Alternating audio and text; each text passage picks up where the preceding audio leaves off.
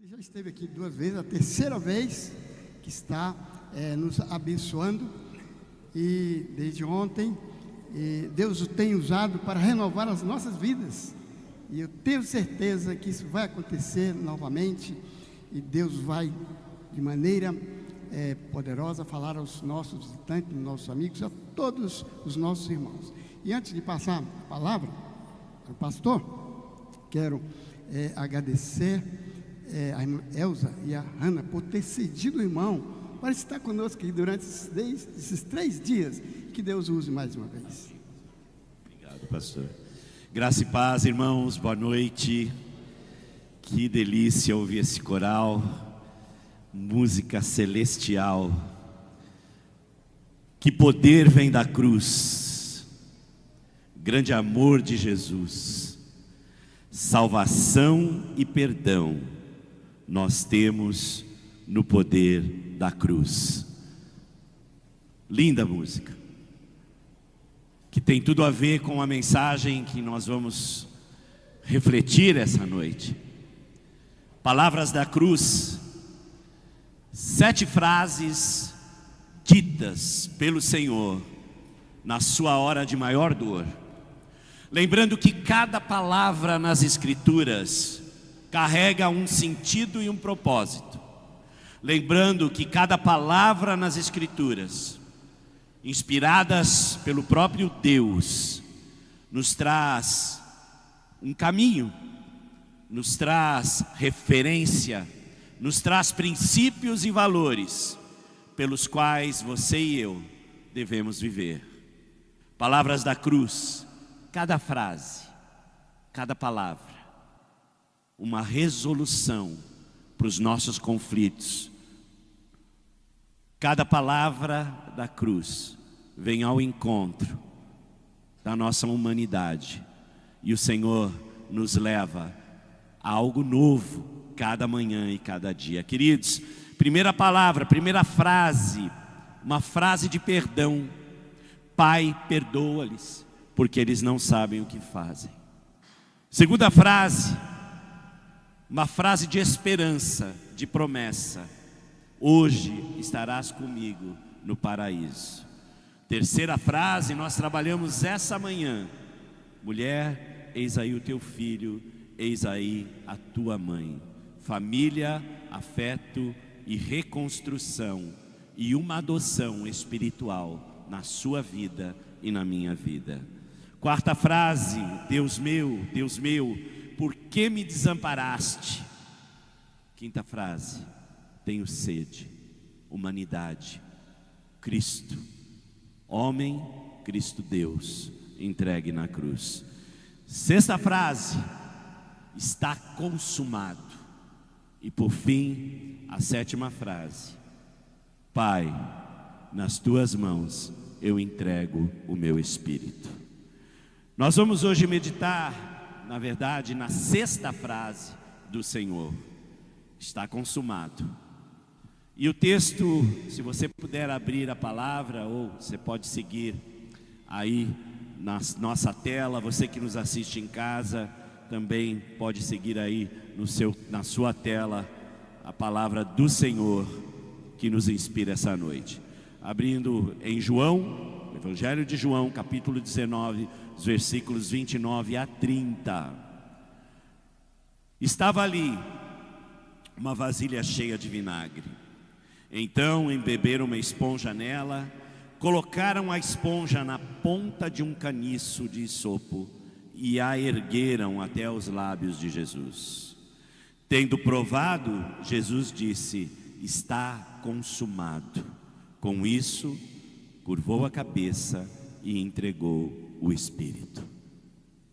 Imagine alguém em seus últimos instantes, e muitas vezes as últimas palavras de um moribundo, de uma pessoa que está prestes a partir desse mundo, são carregadas de fragilidade e de arrependimento. Mas no Calvário não foi assim.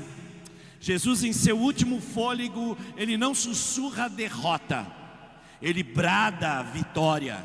Está consumado. No original grego, tetelestai. Curta, mas infinita em significado. Era usada quando uma dívida era quitada, quando uma tarefa era concluída, quando uma corrida era vencida. Não era o grito de quem perde, mas o selo de quem cumpre até o fim o seu propósito.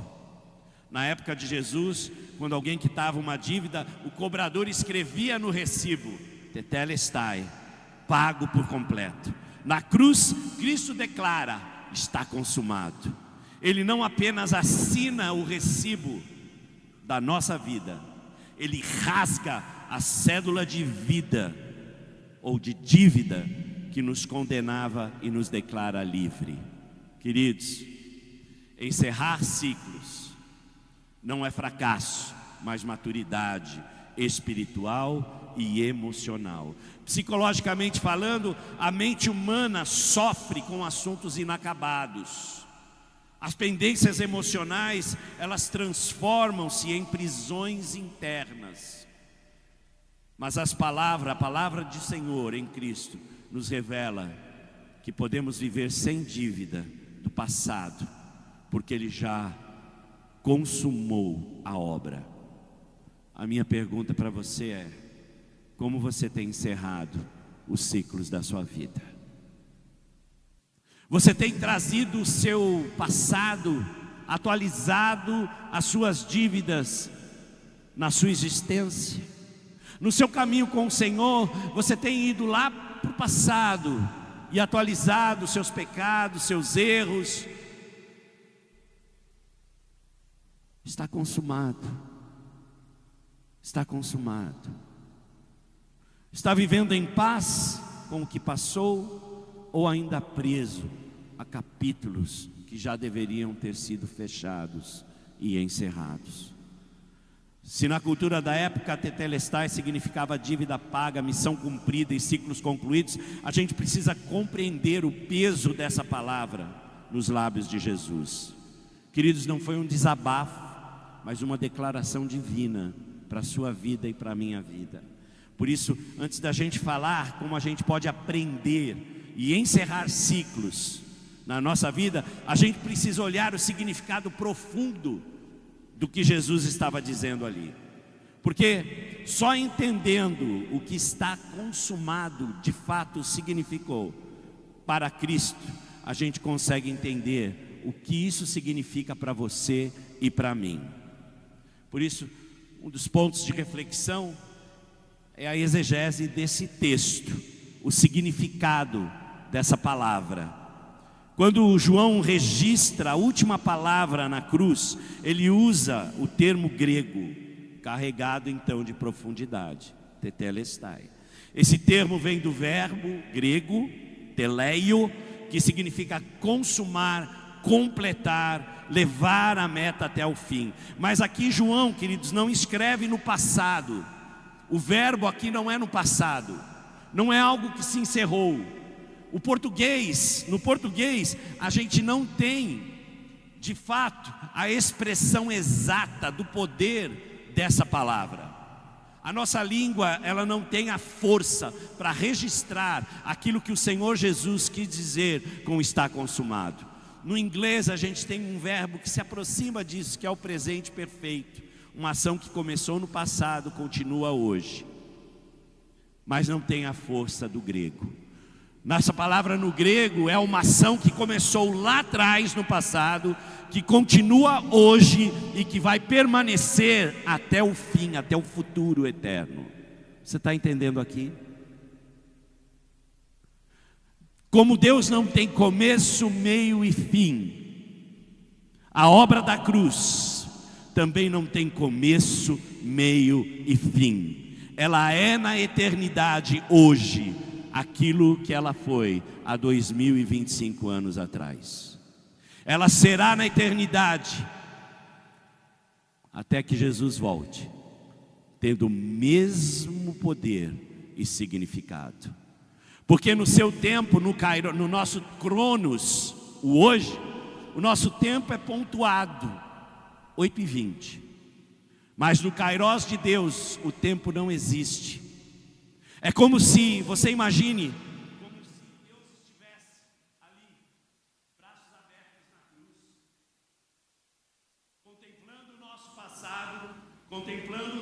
presente, contemplando o nosso futuro. E o sangue de Jesus sobre a sua vida em cada um desses momentos. Quando você se aproxima de Deus, qual o seu nome? Rosimeire. Quando Rosimeire se aproxima de Deus, Deus diz: Rosimeire, eu não sinto o seu cheiro, mas eu sinto a fragrância do meu filho sobre a sua vida. Quando você se aproxima de Deus, o que Ele vê é o sangue de Jesus sobre você. Por isso você e eu podemos entrar diante do Senhor com ousadia, porque o preço já foi pago. Tetelestai, está consumado. E essa consumação que envolve o passado, o presente e o futuro, leva você e eu à presença do nosso Deus. Queridos, o Senhor nos chama e nos diz que na cruz, Jesus não disse estou acabado, mas sim está consumado. Ele fecha um ciclo eterno para abrir outro na sua vida e na minha vida. A minha pergunta para você é: você, como tem encarado os encerramentos da sua vida? Com derrota ou como consumações que podem abrir novos caminhos?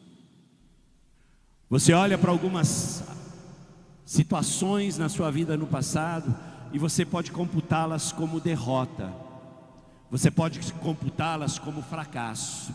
Mas o que eu quero dizer para você é que não importa como você denomina ou que adjetivo você usa para aquilo que ficou lá atrás, para projetos inacabados, para casamentos interrompidos,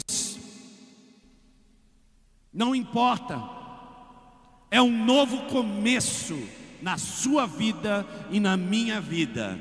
Por isso, você e eu temos que aprender a fechar ciclos do passado, para que a gente possa viver novo de Deus nesse dia. Enquanto você estiver preso nas páginas do passado, você não consegue virar as páginas do futuro. Você está entendendo o que eu estou dizendo? Enquanto você estiver amarrado no passado, você não vai construir algo novo no seu futuro. O seu futuro estará comprometido com aquilo que você viveu lá atrás. O Senhor nos chama para um novo momento na nossa existência. 48 anos. Algo novo se faz nesse dia. Algo novo se faz a cada dia com o Senhor, queridos. Quantas igrejas, quantas congregações, quantos irmãos salvos, quanta adoração essa casa já não recebeu, quantas orações já não subiram por esse teto e alcançaram os céus. Você é testemunha disso. Você é testemunha disso. Quantos choros, quantas lágrimas, não é, minha irmã? Por conta dessa igreja e por conta dessa caminhada. Meus irmãos, desde o início do seu ministério, Jesus viveu com uma clareza de missão. Ele disse em João 4,34, o meu alimento é fazer a vontade daquele que me enviou e concluir a sua obra. Em João 17,4 a palavra nos diz, orando ao Pai afirmou, eu te glorifiquei na terra, consumando, terminando, concluindo a obra que me destes para fazer. Na cruz, Jesus não apenas morreu, Ele concluiu a missão que o Pai lhe confiou. Sua vida não foi interrompida, foi levada ao propósito final.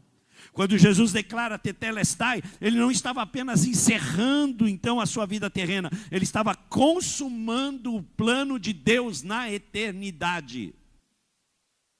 Desde Gênesis 3,15, a gente chama de o proto-evangelho, quando o Senhor Deus diz que viria aquele que esmagaria a cabeça da serpente.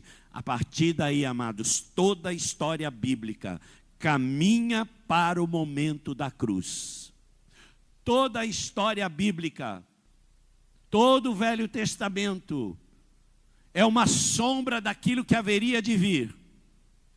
Pedagogicamente, Deus foi nos ensinando, desde Gênesis, o que seria o advento da vida de Cristo. Você tem noção disso, querido? Cada sacrifício no Antigo Testamento, cada profecia, cada salmo messiânico, todos eram sombras daquilo que haveria de vir. São mais de 364 profecias a respeito de Jesus.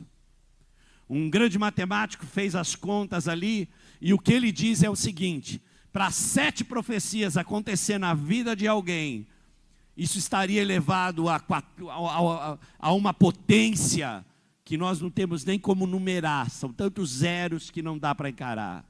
E em Jesus se cumpre mais de 364 profecias. Aí alguém pode dizer, mas ele pode ter de alguma forma feito as suas ações para que essas profecias se cumprissem? Algumas sim, mas muitas não. Nascer em Belém, por exemplo. Morrer na cruz, por exemplo. Ser aclamado, como foi aclamado ao entrar em Jerusalém, por exemplo. Muitas das profecias, de fato, não dependia da vontade somente de Jesus. Elas aconteceram dentro do propósito divino, para que em Cristo se cumprisse toda a palavra. Amados, tudo era um ensinar de Deus, preparando o coração humano para compreender o que Jesus faria. E aqui está o ponto crucial. Deus poderia simplesmente ter salvo a humanidade, não é? Ele é poderoso, Ele é onipotente, Ele simplesmente poderia ter dito, está salvo, você está salvo.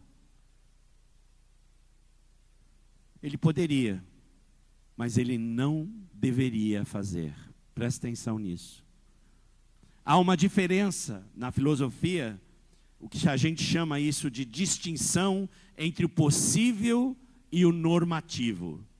O poder fazer fala da potência, fala daquilo que é viável, daquilo que está ao alcance, mas o dever fazer está na ordem da coerência moral, da justiça, da fidelidade e do próprio caráter de Deus. Deus, em sua onipotência, podia ter declarado inocente você, eu e toda a humanidade. Mas em sua santidade, Ele tinha que cumprir a justiça. E Ele não pode contradizer a si mesmo, queridos. Assim como existem leis que governam o universo, que regem esse universo, se forem quebradas, todo o cosmo entraria em colapso. Por exemplo, milímetros de segundo, se um planeta ele se desvia da sua rota, o universo todo pode entrar em colapso. Nosso sistema solar entraria em colapso.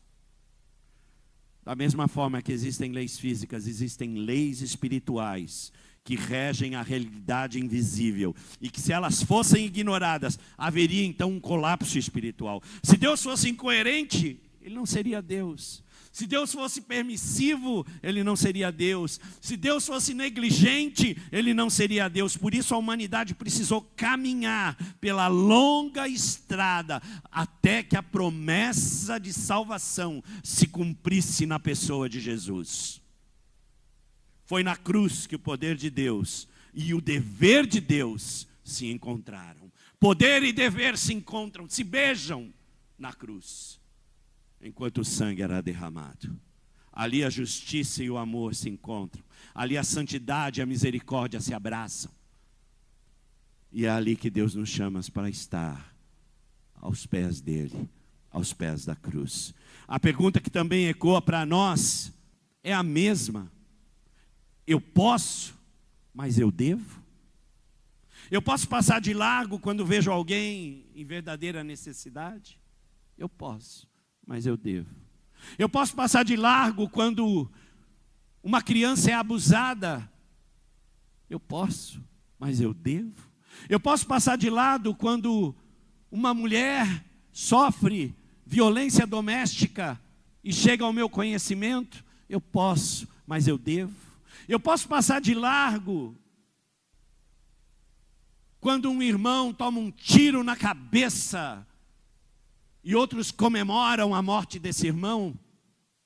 Eu posso, mas eu devo. O poder é diferente do dever. Eu posso me calar quando o justo é condenado e o culpado é absolvido. Eu posso, mas eu devo.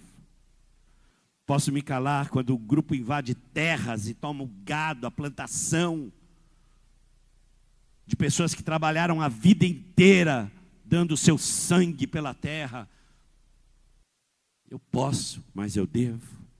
Posso me calar quando o islamismo radical avança em vários países e com ele a intolerância, o estupro, a perseguição contra os nossos irmãos cristãos. Eu posso, mas eu devo. A mídia não fala daquilo que está acontecendo na Nigéria, por exemplo, com os nossos irmãos cristãos. Você sabe o que está acontecendo lá? Você sabe o que está acontecendo lá? São milhares de irmãos, milhares e milhares de irmãos sendo mortos dia a dia por conta do Evangelho. Posso me calar quando igrejas são queimadas e irmãos mortos por professar a nossa fé? Eu posso, mas eu devo. Queridos, você tem vivido apenas pelo que pode fazer ou pelo que deve fazer diante de Deus? Encerrar ciclos com fé e confiar que Deus é Senhor do começo, do meio e do fim.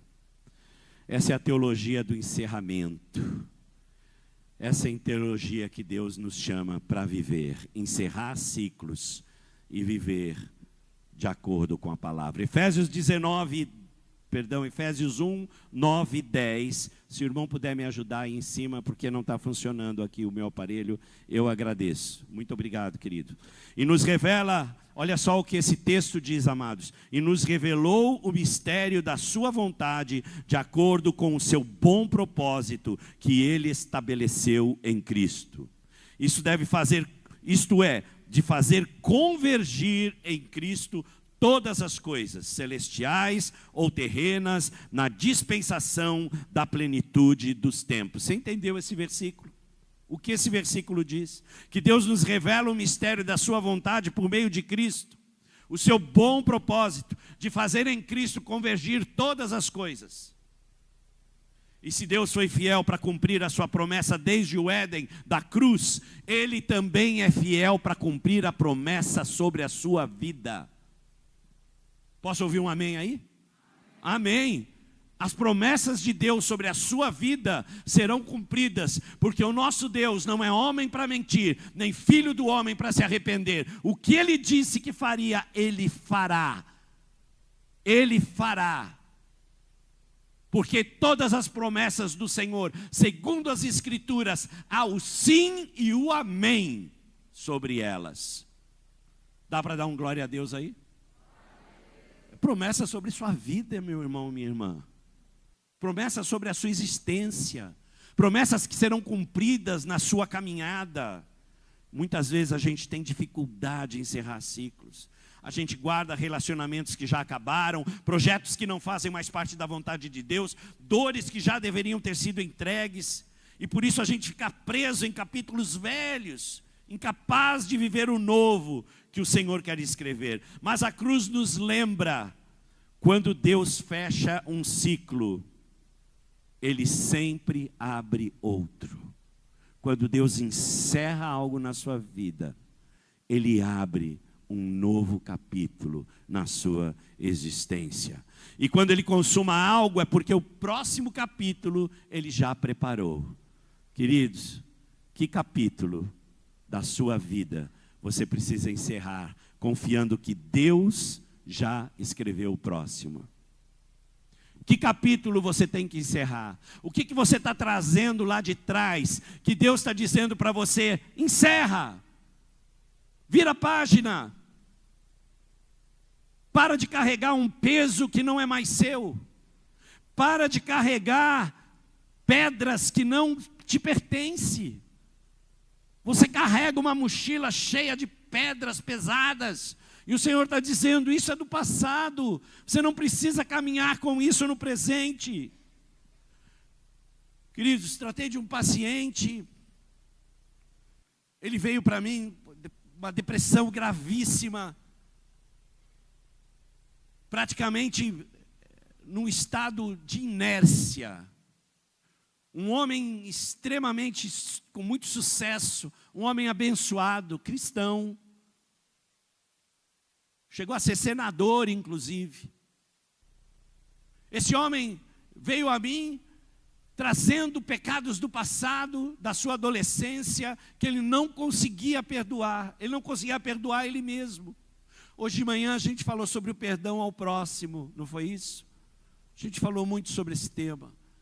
Mas eu quero falar que às vezes é mais fácil perdoar o outro do que perdoar a nós mesmos. Esse homem, eu tratei psicologicamente dele, não recebeu. Aí eu falei, não dá, vou tratá-lo como pastor. Vou falar do perdão, do lugar de perdão em Cristo.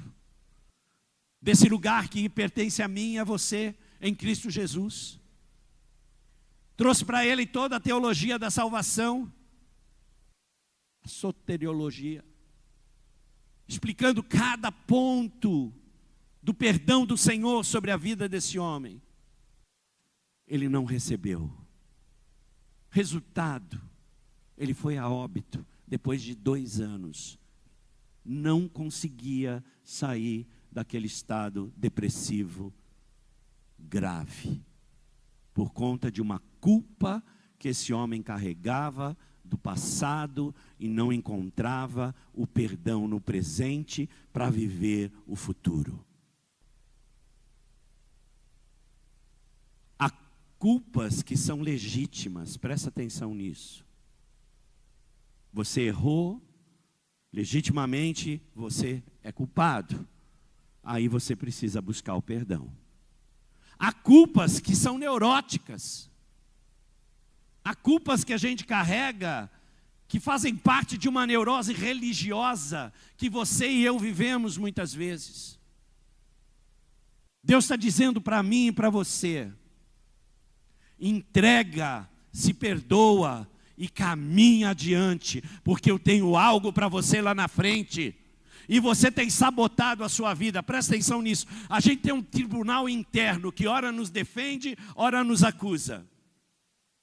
Não é assim? Há um tribunal dentro da gente que fala, você está errado. Não, você está certo. Você fez bem, você fez mal. Não é assim, irmãos? É a nossa consciência.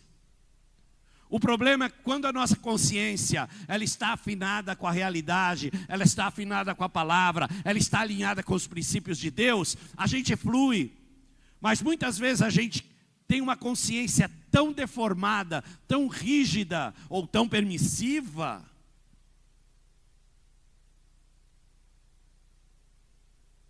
Como assim, pastor? Presta atenção. Deus deu para você essa capacidade de julgar moralmente. Esse é o dever. Se lembra? Poder e dever. Muitas vezes, Deus fala para você, está errado, está errado, está errado, está errado. E você se agarra nisso. E continua nisso. Até o momento que você não ouve mais, está errado. O apóstolo Paulo chama isso de mente cauterizada. E olha que coisa, irmãos. A neurociência hoje, depois de mais 2.000 anos, aí, quase 2.000 anos, que o apóstolo Paulo escreve isso, a neurociência hoje, ela preconiza o seguinte: nós temos no nosso cérebro as nossas amígdalas. E quando você comete o mesmo erro várias vezes, é as nossas amígdalas que passam os alertas, que indicam para você que não está certo, está errado, para, você vai se dar mal. Quando você insiste, elas param de emitir esses sinais. E aí você vive um caminho que é de morte, que não é de vida. Do contrário, quando a sua mente é muito rígida e você não encontra o perdão por arrependimento, você se arrependeu, você se entristece pelo que você fez, mas você não consegue se perdoar. E nesse tribunal interno, você recebe a sentença de culpado. Uma sentença de culpado significa que eu tenho que pagar uma punição. Está entendendo aqui? Quando uma pessoa que quebra a lei é julgada culpado num país sério, né? Ele vai enfrentar um castigo. Ou ele vai ser preso, dependendo do país, até morto, se houver pena de morte. Por que eu estou dizendo isso? Porque quando a sua consciência, quando esse tribunal interno diz para você que você é culpado e você não encontra perdão, você vai começar a sabotar a sua vida de alguma forma. Você vai começar de alguma forma sabotar o seu caminho para que você não encontre um lugar de sucesso. Você vai parar de desfrutar da bênção que Deus já derramou sobre você. Você vai ter muita dificuldade de desfrutar. Está entendendo aqui? Você vai de férias, você sai de viagem, mas não consegue desfrutar. Você está no seu carro, uma bênção, você não consegue desfrutar. Você está com o seu marido fiel, você não consegue desfrutar. Você está com a sua esposa fiel, mulher sábia, você não consegue desfrutar. Você tem seus filhos saudáveis, você não consegue desfrutar. Quando a gente não encontra o lugar de perdão, a gente vai encontrar o lugar de punição. Vocês estão entendendo aqui, meus irmãos? Isso é um mecanismo psicológico que eu e você temos. Por isso a morte na cruz, ela não somente cumpre um fator espiritual, mas ela também cumpre um fator emocional na sua vida e na minha vida. Mas eu tenho que aceitar isso.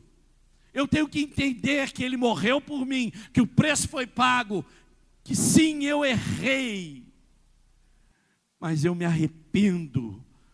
E quando eu confesso o meu pecado, Ele é fiel e justo para me perdoar o pecado e me purificar de toda injustiça. Toda é toda.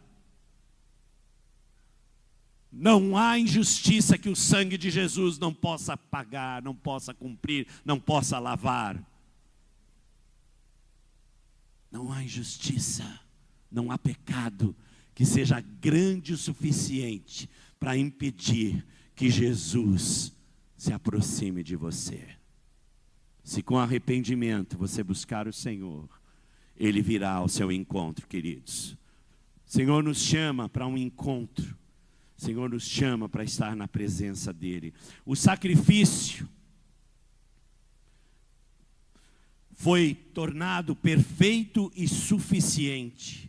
Hebreus 10, 14 nos afirma: porque com uma única oferta aperfeiçoou para sempre os que estão sendo santificados. Uma única oferta, um único sacrifício perfeito é suficiente agora para que você possa entrar na presença de Deus. Ou seja, não há nada a acrescentar, não há necessidade de repetição. Aquele sacrifício que era feito todo ano, uma vez por ano, onde o sumo sacerdote entrava no Santo do Santo, depois de ter feito oferta pelo seu próprio pecado, e aí então pedia perdão para o pecado do povo. Isso já não existe mais. Quando o Senhor grita, está consumado, e Ele entrega o seu espírito, você sabe que o véu Foi rasgado o véu do templo que separava o lugar santo dos santos. Foi rasgado de cima a baixo. De cima a baixo. É Deus fazendo assim, ó. E abrindo um caminho para você passar. Sacrifício perfeito, a dívida foi paga, a justiça foi satisfeita, a reconciliação é garantida em Cristo Jesus, meu irmão. Mas veja, esse consumado não fala apenas da salvação eterna, fala também da forma como Deus quer ensinar você e a mim a viver. Romanos 8:1 diz, está sensível isso aqui. Agora, pois, já nenhuma condenação há para os que estão em Cristo Jesus. Fechar ciclos é reestruturar cognitivamente e dar significado ao passado para não ser mais refém dele. O nosso irmão leu o texto: não vos conformeis com este mundo, mas transformai-vos pela renovação da vossa mente, para que experimenteis qual seja a boa, perfeita e agradável vontade de Deus. Romanos 12:1-2. Queridos, presta atenção nisso. Você quer viver a boa, perfeita e agradável vontade de Deus? Você tem que ser transformado na sua mente. Transformai-vos sua mente. A palavra lá é metamorfose. Essa palavra é usada 2 vezes no Novo Testamento. No Monte da Transfiguração, quando diz o texto que Jesus foi transformado e a glória dele foi vista. E nesse versículo de Romanos 12:1-2. Jesus quer que você experimente a boa, perfeita e agradável vontade de Deus. Mas para isso, você tem que transformar a sua mente. Pastor, como que eu faço isso? Como que eu transformo a minha mente? Como que eu posso viver e experimentar a boa, perfeita e agradável vontade de Deus? Mudando seus pensamentos. Acreditando aquilo que Deus diz sobre você. Você não é o que você sente, presta atenção nisso. O que você sente não te define. Quem define você é Deus. E Deus diz que você é filho amado, filha amada. Deus diz que você é redimido. Deus diz que você é herdeiro, co-herdeiro de Cristo. Você tem uma identidade em Cristo, meu irmão e minha irmã, que precisa ser resgatada. Você tem uma identidade em Jesus que precisa ser atualizada. O seu passado, ele influencia o seu presente, mas você não é refém dele. Presta atenção nisso. Você não é refém do seu passado. Em Cristo Jesus as coisas velhas se passaram e tudo se fez novo. Em Cristo Jesus você é nova criatura. Amém.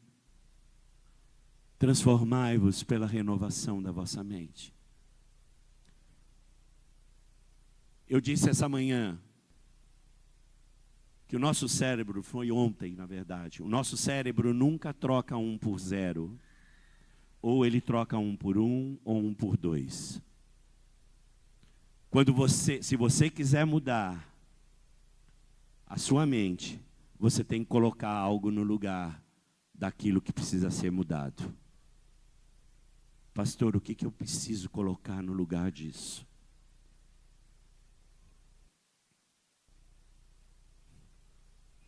A palavra. Não tem nada mais poderoso do que isso, meu irmão, minha irmã.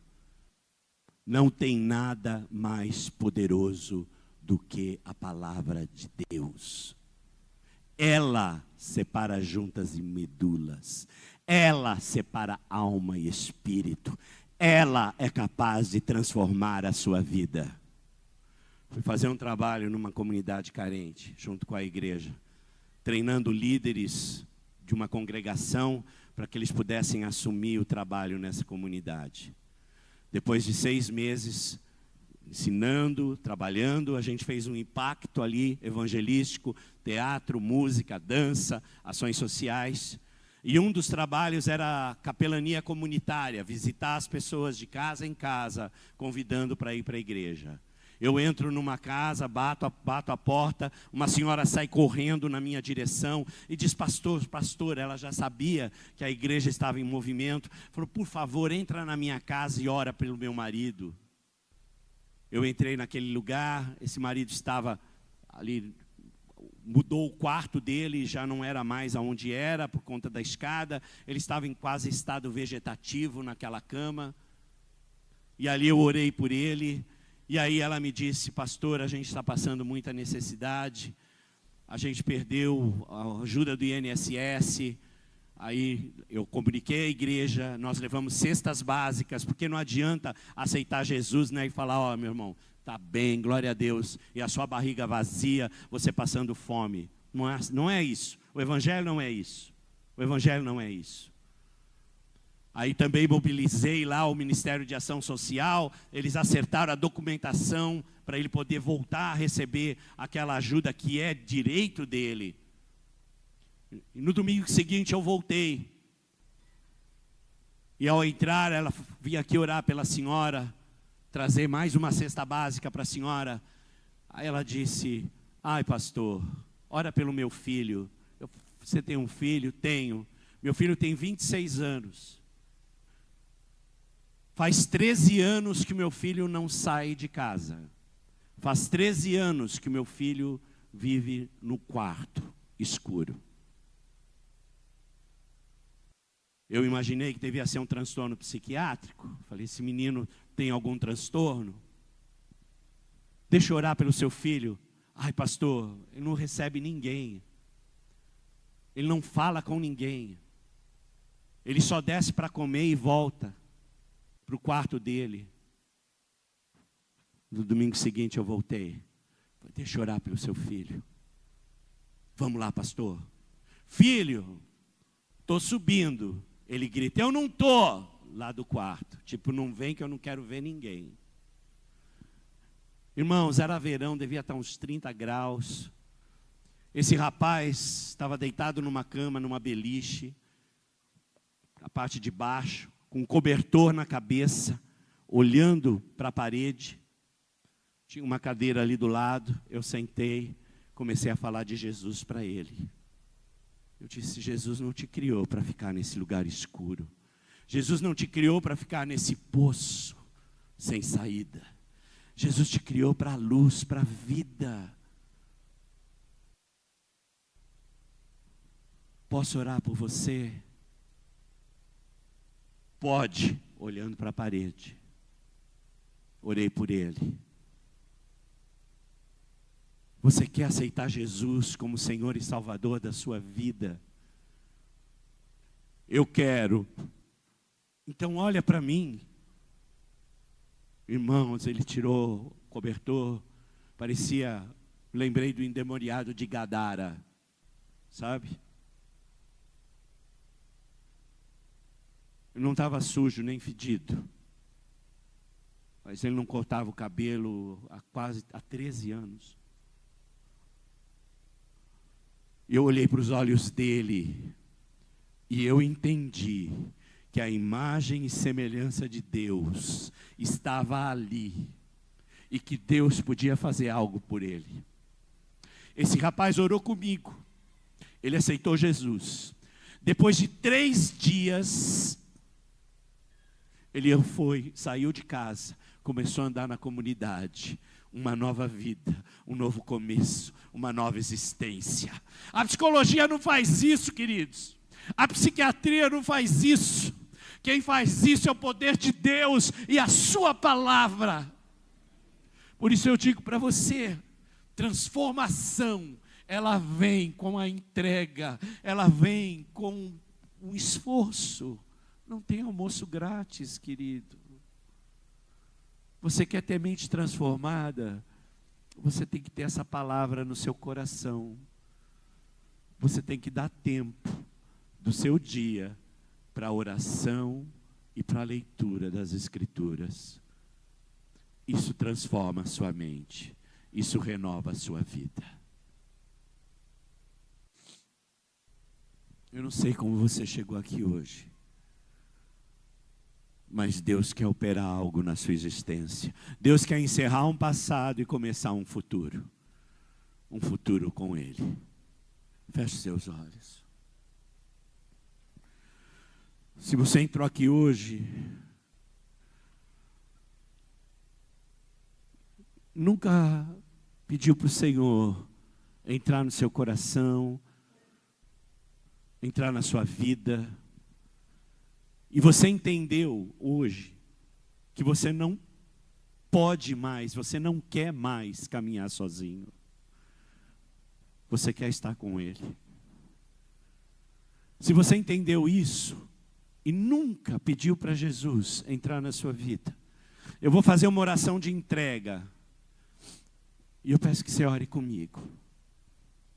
Diga assim: Senhor Jesus, eu creio que o Senhor morreu na cruz pelos meus pecados. Eu creio que o Senhor ressuscitou ao terceiro dia e está vivo. Senhor, escreve o meu nome no livro da vida. Senhor, me perdoa. Eu te recebo como Senhor e Salvador. Me ensina a te amar, a te buscar, a te conhecer.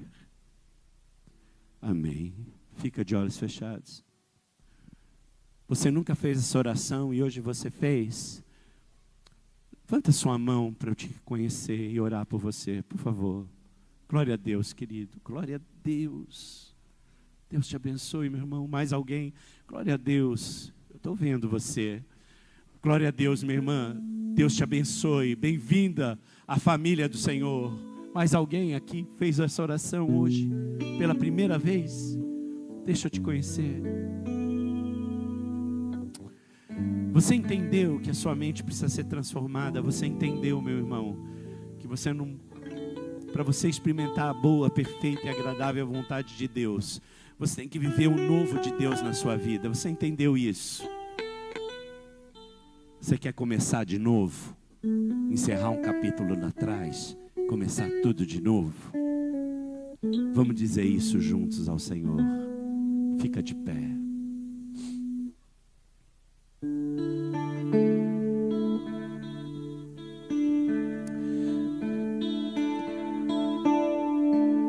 Pai querido, nós queremos te dar graças. Graças pela misericórdia que o Senhor derrama sobre nós. Misericórdia é receber, é não receber o que a gente merece. O que a gente merece, de fato, segundo a Bíblia, é morte. Porque o salário do pecado é a morte. Mas o Senhor nos dá a graça que é receber aquilo que não merecemos, que é a salvação e a vida em Cristo. Por isso nós somos gratos a Ti, Senhor. Pai, a gente quer viver a Sua boa, perfeita e agradável vontade. Para isso, nos ajuda a firmarmos um compromisso da leitura da palavra, da oração, para que aquele velho seja substituído pelo novo, que é a Sua palavra em nós. Obrigado, Jesus, pela cruz. Obrigado porque na cruz nós somos reconciliados. Obrigado, Senhor, pelo Teu sacrifício. Obrigado. Obrigado por todos os cravos da Sua mão, pelas feridas que os chicotes causaram no Seu corpo. Tudo isso por amor a nós. Obrigado, Senhor. Obrigado, porque o Senhor nos ama e nos chama para um novo começo. Em nome de Jesus. Amém, amém, amém. Queridos, amanhã nós estaremos aqui de novo às 19h30, não é, pastor? E nós vamos falar sobre o que tem tirado você da presença de Deus e como que eu posso renovar